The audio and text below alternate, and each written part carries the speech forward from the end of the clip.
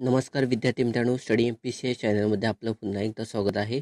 विद्यार्थी मित्रांनो, आपण प्रश्नोत्तरे यावरती कोकणातील नद्यांवरती बनवलेलं आहे लेक्चर. त्या लेक्चरला उत्तम प्रतिसाद विद्यार्थ्यांचा मिळालेला आहे. सो आपण नदी प्रणालीवरती प्रश्नोत्तराच्या सेकंड लेक्चरमध्ये कृष्णा नदी खोऱ्यातील महत्त्वाचे प्रश्न जे परीक्षाभिमुख आपल्याला येऊ शकतात ते आपण या लेक्चरमध्ये कव्हर करणार आहोत. तो लेक्चरला सुरुवात करण्यापूर्वी जर तुम्ही या स्टडी एम-पी-सी या चॅनलला नवीन असाल विद्यार्थी मित्रांनो, तर चॅनल आवर्जून सबस्क्राईब करून ठेवा आणि शेजारी बेल आयकॉन प्रेस करून नोटिफिकेशन ऑल करून ठेवा, जेणेकरून अशाच प्रकारच्या लेक्चरची अपडेट तुम्हाला मिळत जाईल. सो आपण लेक्चरला सुरुवात करू. कृष्णा नदी प्रणालीवरचा पहिला प्रश्न आहे, खालीलपैकी कोणत्या नद्यांचा उगम महाबळेश्वर येथे होतो? पहिला प्रश्न आहे, कोणत्या नद्यांचा उगम आहे तो महाबळेश्वर येथे होतो? अ दिलेला आहे सावित्री, ब गायत्री, क वारणा, ड कृष्णा, ई वेण्णा, उ कोयना आणि उ आहे येरळा. एकूण 7 नद्या दिलेल्या आहेत आणि पर्याय दिलेले आहेत आपल्याला.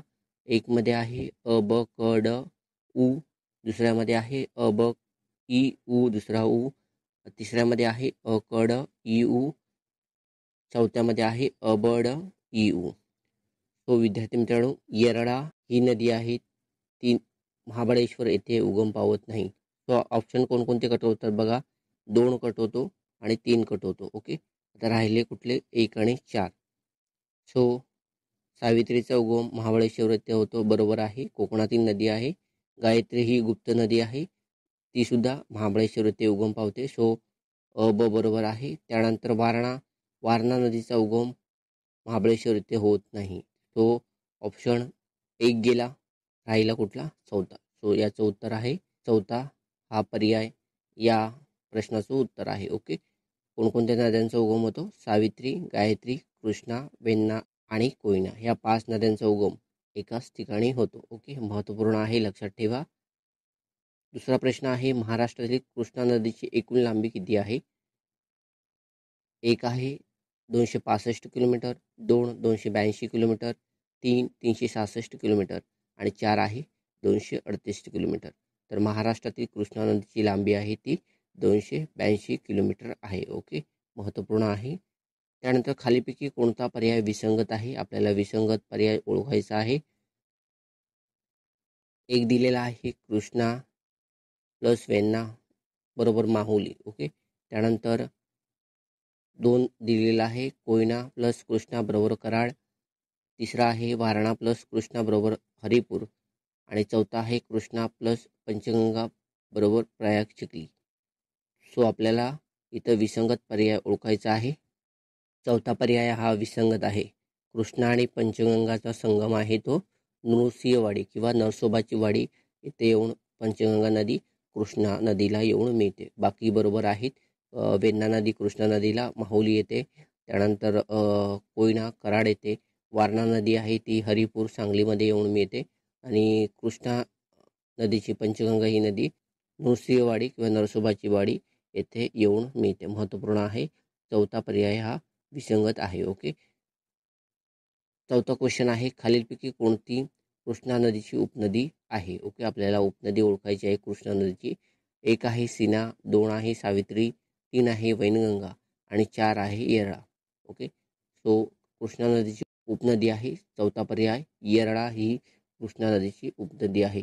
ओके, सीना नदी ही भीमा नदीची, सावित्री ऑफकोर्स ती स्वतंत्र वाहते कोकणातील आहे, वैनगंगा ही विदर्भातील गोदावरी खोऱ्यातील वैनगंगा ही नदी आहे. ओके, त्यानंतर 5वा प्रश्न आहे, कोल्हापूर जिल्ह्यातील प्रयाग चिखली येथे कोणत्या 5 नद्यांचा संगम होऊन तेथून ती नदी पंचगंगा या नावाने ओळखली जाते? म्हणजे प्रयाग चिखली येथे 5 नद्या एकत्र येतात आणि तिथून ती नदी जी बनते तिला पंचगंगा असे म्हटलं जातं. ओके, तर त्यामध्ये अ आहे कासारी, ब आहे कुंभी, क आहे भोगावती, ड आहे सावित्री, ई आहे तुळशी, ए आहे सरस्वती आणि ओ आहे माण.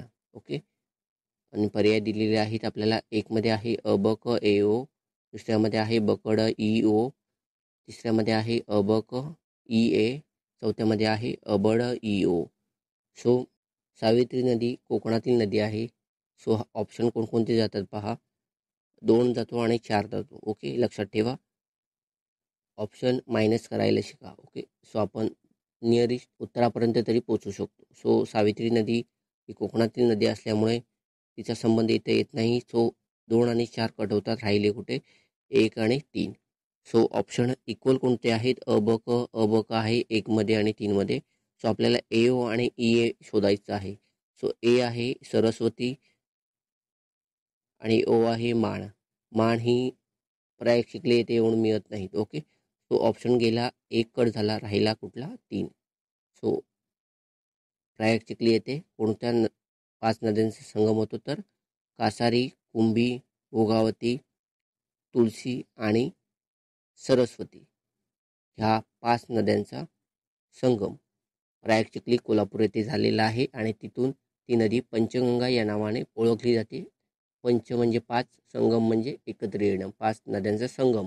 ओके, प्रश्न 6वा आहे, खालीलपैकी कोणतं विधान अयोग्य आहे? आपल्याला अयोग्य विधान ओळखायचं आहे. अ आहे वारणा, पंचगंगा, वेण्णा व कोयना या नद्या कृष्णा नदीला उजव्या तीरावरून येऊन मिळतात. ब आहे ब्रह्मणा येथे येऊन मिळणारी येरळा नदी कृष्णा नदीला डाव्या तीरावरून येऊन मिळते. क आहे विधान, कृष्णा नदीची महाराष्ट्रातील लांबी 282 किलोमीटर आहे आणि ड आहे कृष्णा नदीच्या लांबीनुसार महाराष्ट्रात 5वा क्रमांक लागतो. यापैकी कोणतं विधान अयोग्य आहे? चुकीचं विधान आपल्याला ओळखायचं आहे. तर ड हे चुकीचं विधान आहे. कृष्णा नदीच्या लांबीनुसार महाराष्ट्रात 6वा क्रमांक लागतो. लक्षात ठेवा. यामध्ये गोदावरीचा प्रथम, त्यानंतर पैनगंगा, त्यानंतर वर्धा, त्यानंतर भीमा, त्यानंतर वैनगंगा आणि त्यानंतर आहे कृष्णा नदीचा 6वा क्रमांक लागतो. बाकी सर्व विधाने बरोबर आहेत. वारणा, पंचगंगा, वेण्णा, कोयना या उजव्या तीरावरून आणि ब्रह्मणा येथे येऊन मिळणारी येरळा नदी ही कृष्णा नदीची एकमेव अशी महाराष्ट्रातील उपनदी असेल की ती डाव्या तीरावरून येऊन मिळते. महत्त्वपूर्ण यावरती प्रश्न येऊन गेलेले आहेत. ओके, 7वा प्रश्न आहे, कोणत्या नदीचा उगम प्रचितीगड येथे होतो? अ आहे दूधगंगा, ब वारणा, क घटप्रभा, ड येरळा. जर तुम्हाला हा गड माहिती असेल तर या प्रश्नाचं उत्तर देण्यास खूप सोपं आहे. आपण महाराष्ट्रातील किल्ले सेपरेट लेक्चरमध्ये कवर केलेले आहेत. जर ते लेक्चर पाहिले नसेल तर पाहून घ्या. इम्पॉर्टन्स आपण गड जे महाराष्ट्रामध्ये आहेत ते परीक्षाभिमुख मोस्ट ऑफली आपल्याला मुख्य परीक्षेला विचारले जातात यावरती. सो इम्पॉर्टन्स गड त्या लेक्चरमध्ये आपण कवर केलेले आहेत. सो दूधगंगा आणि घटप्रभा या नद्या कर्नाटकमध्ये येऊन मिळतात. सो प्रचितीगड हा महाराष्ट्रामध्ये आहे. सो ऑप्शन गेला अ आणि क. येरळा नदी ही सांगलीमध्ये फ्लो होते. प्रचितीगड हा सह्याद्रीमध्ये स्थित आहे. सो वारणा ही सह्याद्रीमध्ये उगम पाहून प्रचितीगडाच्या पायथ्याशी उगम पाहून ती हरिपूर येथे कृष्णा नदीला येऊन मिळते. लक्षात ठेवा. प्रश्न 8वा, खालीलपैकी कोणत्या नद्या कृष्णा नदीला उजव्या तीरावरून येऊन मिळतात किंवा येऊन मिळते? अ आहे दूधगंगा व वारणा, ब घटप्रभा व भीमा, क आहे भीमा व माण आणि ड आहे दूधगंगा आणि घटप्रभा. ओके, सो उजव्या तीरावरून येऊन मिळणारी नदी कोणती आहे? तर दूधगंगा व घटप्रभा या उजव्या तीरावरून येऊन मिळणाऱ्या कर्नाटकातील नद्या आहेत. ओके, कर्नाटकामध्ये येऊन मिळतात, सॉरी. ओके, लक्षात ठेवा. त्यानंतर 9वा प्रश्न आहे, खालीलपैकी कोणत्या नदीचा उगम फलटणमधील मस्कोबाच्या डोंगरात होतो? अ दारणा, ब घोड, क येरळा, ड कुकडी. सो या प्रश्नाचं उत्तर आहे येरळा नदीचा उगम फलटणमधील मस्कोबाच्या डोंगरात होतो. लक्षात ठेवा. 9व्या प्रश्नाचं उत्तर आहे. ओके, त्यानंतर 10वा प्रश्न आहे, खालीलपैकी कोणता पर्याय अचूक नाही म्हणजे बरोबर नाही आपल्याला ओळखायचं आहे? अ दिलेला आहे दूधगंगा, वेदगंगा बरोबर गारगोटी. ब दिलेला आहे वेदगंगा प्लस कृष्णा बरोबर दंतवाडा. त्यानंतर क आहे घटप्रभा प्लस कृष्णा बरोबर चंद्रगड. त्यानंतर आहे 4था ऑप्शन ड आहे भीमा प्लस कृष्णा कुरगोडी. तो आपल्याला चुकीचा पर्याय आपल्याला ओळखायचा आहे. घटप्रभा नदी ही बागलकोट कर्नाटकमध्ये येऊन मिळते. घटप्रभा नदी लक्षात ठेवा, महत्त्वपूर्ण आहे. ओके, सो पर्याय 3 हे या प्रश्नाचं उत्तर आहे. दूधगंगा वेदगंगा यांचा संगम आहे गारगोटी. त्यानंतर वेदगंगा ही नदी फ्लो येऊन दंतवाडा येथे येऊन कृष्णा नदीला मिळते आणि भीमा नदी ही कृष्णा नदीला रायचूर जवळी कुरगोडी येथे येऊन कर्नाटकमध्ये मिळते. ओके, लक्षात ठेवा, महत्त्वपूर्ण आहे. त्यानंतर प्रश्न आहे 11वा, खालीलपैकी कोणती नदी घटप्रभा नदीची उपनदी आहे? अ तिलारी व ताम्रपर्णी, ब हिरण्यकशी व ताम्रपर्णी, क वेदगंगा व बिंदुसारा, ड आहे इंद्रावती व हिरण्यकशी. या प्रश्नाचं उत्तर आहे ब हिरण्यकशी व ताम्रपर्णी. घटप्रभा नदीच्या ह्या 2 उपनद्या आहेत. हिरण्यकशी डाव्या तीरावरून येऊन मिळते घटप्रभा नदीला, आणि ताम्रपर्णी ही उजव्या तीरावरून येऊन मिळते. ओके, लक्षात ठेवा. त्यानंतर 12वा प्रश्न आहे, कृष्णा नदी कुठे त्रिभुज प्रदेश निर्माण करते? अ आहे विजयवाडा, ब राजमुंद्री, क कटक आणि ड आहे भुवनेश्वर. या प्रश्नाचं उत्तर आहे विजयवाडा, आंध्र प्रदेश येथे ती डेल्टा बनवते, लक्षात ठेवा. आणि राजमुंद्री येथे गोदावरी नदी डेल्टा बनवते, लक्षात ठेवा. त्यानंतर 13वा प्रश्न आहे, कोल्हापूर शहर कोणत्या नदीकाठी स्थित आहे? सोपं आहे, या अगोदरच प्रश्न कव्हर केलेला आहे, त्यामध्ये ॲन्सर सांगितलं होतं. अ आहे वारणा, ब दारणा, क येरळा आणि ड हे पंचगंगा. तर याचं प्रश्नाचं उत्तर आहे पंचगंगा नदीकाठी कोल्हापूर शहर स्थित आहे. ओके. 14वा प्रश्न आहे, खालीलपैकी कोणते ठिकाण कृष्णा नदीकाठी स्थित आहे? ओके. अ वाई, ब सांगली, क नरसोबाची वाडी, ड औदुंबर, ई कराड, उ इचलकरंजी आणि ए आहे मिरज. तर या आहेत आपल्याला अ ब क इ यू, दुसऱ्यामध्ये आहे अ ब क ड ई, तिसऱ्यामध्ये आहे ब क ड ई ए आणि चौथ्यामध्ये आहेत ब क ई ए ओ. ओके. सो यापैकी मिरज आणि इचलकरंजी ही प्लेसेस कृष्णा नदीकाठी स्थित नाहीत. सो ऑप्शन कोणकोणते कट होतात पहा. 3 जातोय, 4 जातोय, 1 जातोय. सो ऑप्शन 2 हे या प्रश्नाचं उत्तर आहे. कृष्णा नदीकाठी वाई, सांगली, नरसोबाची वाडी किंवा नृसिंहवाडी, औदुंबर आणि कराड ही कृष्णा नदीकाठी स्थित असणारी ठिकाणे आहेत. ओके. प्रश्न 15वा, खालीलपैकी कोणतं ठिकाण येरळा नदीकाठी स्थित आहे? एक अ आहे वडूज, ब फलटण, क म्हसवड आणि ड रायतेश्वर. या प्रश्नाचं उत्तर आहे वडूज हे ठिकाण येरळा नदीकाठी स्थित आहे. त्यानंतर 16वा प्रश्न आहे, कृष्णा नदी महाराष्ट्रातील किती जिल्ह्यातून वाहते? किती जिल्ह्यातून ती फ्लो होते आणि ती त्यानंतर कर्नाटकमध्ये प्रवेश करते? अ आहे 3, ब 2, क 5 आणि ड 4. तर या प्रश्नाचं उत्तर आहे 3 जिल्ह्यातून वाहते. कोणकोणत्या? सातारा, सांगली आणि कोल्हापूर. त्यानंतर ती कर्नाटकमध्ये प्रवेश करते. याचा क्रम सुद्धा लक्षात ठेवा. प्रथम ती सातारा, त्यानंतर सांगली, सांगलीनंतर कोल्हापूर, कोल्हापूरनंतर ती कर्नाटक राज्यामध्ये प्रवेश करते. एकूण 3 जिल्ह्यातून ही नदी वाहते. ओके. 17वा प्रश्न आहे, खालीलपैकी कोणत्या नदीला कोल्हापूर जिल्ह्याची जीवनदायिनी म्हणतात? सो या प्रश्नाचं उत्तर आहे पंचगंगा, कारण कोल्हापूर शहर पंचगंगा नदीकाठी स्थित आहे. ओके. त्यानंतर 18वा प्रश्न आहे, माणगंगा आणि येरळा या नद्या कोणत्या पठारावरून फ्लो होतात म्हणजे वाहतात? एक आहे सासवड, माण, 3 बालाघाट, 4 अजिंठा. या प्रश्नाचं उत्तर आहे माण या पठारावरून या नद्या फ्लो होतात, माणगंगा आणि येरळा. ओके. त्यानंतर 19वा प्रश्न आहे, महत्त्वपूर्ण आहे, यावरती प्रश्न अनेक वेळा येऊन गेलेला आहे. तो इम्पॉर्टन्स आहे. खालील दिलेल्या नकाशातील नदीचे खोरे ओळखा. ओके. आपल्याला एक नकाशा दिलेला आहे, त्या नकाशामधील आपल्याला नदीचं खोरं ओळखायचं आहे. 1 आहे गोदावरी, 2 आहे तापी, 3 आहे कृष्णा आणि 4 आहे नर्मदा. तर साहजिकच या प्रश्नाचं उत्तर आहे कृष्णा. ओके.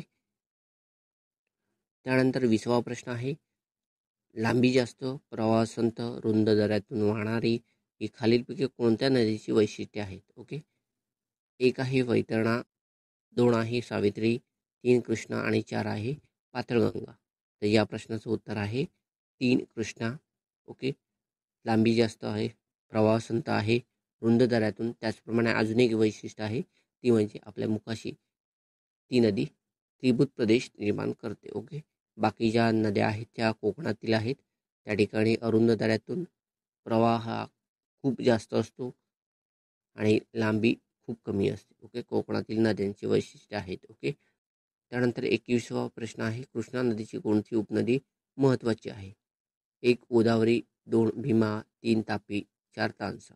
तर 2 भीमा ही कृष्णा नदीची महत्त्वाची उपनदी आहे. ओके. त्यानंतर 22वा प्रश्न आहे, खालीलपैकी कोणती कृष्णेची उपनदी जी महाराष्ट्रात कृष्णेला येऊन मिळत नाही? ओके. कोणती नदी अशी आहे जी की महाराष्ट्रात येऊन मिळत नाहीत कृष्णेला? 1 आहे येरळा व भीमा, 2 आहे भीमा व दूधगंगा, 3 आहे दूधगंगा व वारणा आणि 4 आहे कोयना व पंचगंगा. सो या प्रश्नाचं उत्तर आहे दूधगंगा आणि भीमा या नद्या कर्नाटकामध्ये येऊन मिळतात. ओके, लक्षात ठेवा. 2 या प्रश्नाचं उत्तर आहे. त्यानंतर 23वा प्रश्न आहे, खालील दिलेल्या नद्यांचा उत्तरेकडून दक्षिणेकडे क्रम लावा. आपल्याला क्रम लावायला सांगितलं आहे या प्रश्नामध्ये. एक आहे वेण्णा, पंचगंगा, दूधगंगा, कोयना. दुसऱ्या पर्यायामध्ये आहे कोयना, वेण्णा, पंचगंगा, दूधगंगा.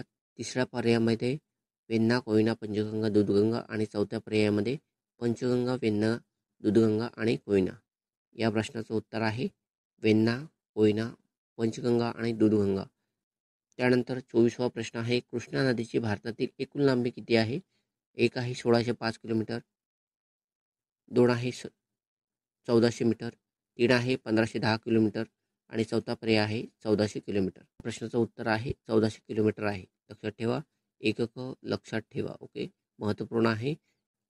त्यानंतर 25वा प्रश्न आहे, भारतातील किती राज्यातून कृष्णा नदी वाहते?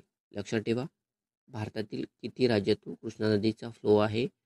ओके, 1 आहे 5, 2 आहे 3, 3 आहे 4 आणि 4 आहे 2. सो 4 राज्यातून ती फ्लो होते कृष्णा नदी. प्रथम महाराष्ट्र, त्यानंतर कर्नाटक, त्यानंतर तेलंगणा बॉर्डर, आंध्र प्रदेश बॉर्डर करून ती आंध्र प्रदेशमध्ये प्रवेश करते आणि विजयवाडा येथे डेल्टा निर्माण करते. ओके, 4 राज्यातून ती फ्लो होते, लक्षात ठेवा. त्यानंतर आहे 26वा प्रश्न, खालीलपैकी कृष्णा नदीची सर्वात लांबीची उपनदी कोणती आहे? लक्षात ठेवा, महत्त्वपूर्ण प्रश्न आहे, यावरती येऊ शकतो कदाचित प्रश्न. 1 आहे भीमा, 2 तुंगभद्रा, 3 कावेरी आणि 4 कोयना. सो या प्रश्नाचं उत्तर आहे भीमा नदी आहे ती सर्वात लांबीची उपनदी आहे कृष्णेची. लक्षात ठेवा, हिची लांबी आहे तिथपर्यंत 861 किलोमीटर लांबी भीमा नदीची आहे. त्यानंतर तुंगभद्रेची आहे 531 किलोमीटर आणि कोयनेची लांबी आहे ती 118 किलोमीटर. लक्षात ठेवा, महत्त्वपूर्ण आहे. प्रश्न 27वा, खालीलपैकी कृष्णा नदीची सर्वात लांबीची उजव्या तीरावरून येऊन मिळणारी उपनदी कोणती? ए आहे घटप्रभा, 2 दूधगंगा, 3 पंचगंगा आणि 4 तुंगभद्रा. तर साहजिकच तुंगभद्रा ही उजव्या तीरावरून येऊन मिळणारी महत्त्वपूर्ण नदी आहे. ओके, लक्षात ठेवा.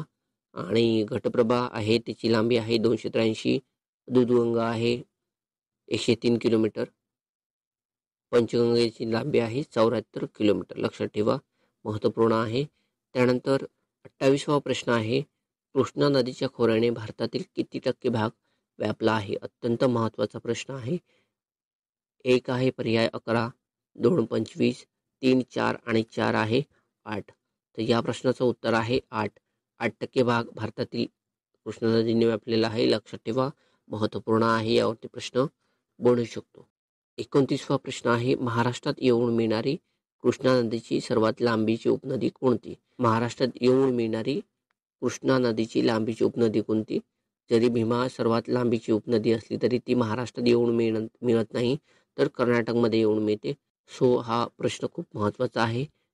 एक पर्याय दिलेला आहे वारणा, 2 येरळा, 3 कोयना आणि 4 पंचगंगा. तर यापैकी कोयना नदी ही महाराष्ट्रातील कृष्णा नदीची सर्वात लांबीची उपनदी आहे, जिची लांबी आहे 118 किलोमीटर. लक्षात ठेवा, महत्त्वपूर्ण आहे. ओके, सो अशा प्रकारे आपण क्वालिटी प्रश्न यामध्ये कव्हर केलेले आहेत, जे की परीक्षेला आवश्यक येऊ शकतात. ओके, पुढील लेक्चरमध्ये आपण भीमा खोरे एक एक करून आपण अशा आपल्या महाराष्ट्रातील ज्या महत्त्वपूर्ण नदी खोरे आहेत ते कव्हर करणार आहोत. सो तुम्हाला हे लेक्चर आवडलं असेल तर लाईक करा, कमेंट करा आणि जास्तीत जास्त प्लीज आपल्या विद्यार्थी मित्रांना शेअर करा, जेणेकरून येणाऱ्या कंबाईंडसाठी त्यांना उपयोगी होईल. त्याचप्रमाणे आपली मुख्य परीक्षा आणि त्यानंतर येणाऱ्या आपल्या अनेक अशा परीक्षा असतील त्यासाठी उपयोगी होईल. लेक्चर समाप्तीपूर्वी अजूनपर्यंत जर चॅनलला सबस्क्राईब केलं नसेल विद्यार्थी मित्रांनो, किंवा तुम्ही चॅनलला नवीन असाल तर चॅनल आवर्जून सबस्क्राईब करून ठेवा, जेणेकरून अशाच प्रकारच्या लेक्चरची अपडेट तुम्हाला त्वरित मिळेल. तुर्तास थांबवितच भेटू पुन्हा पुढील लेक्चरमध्ये.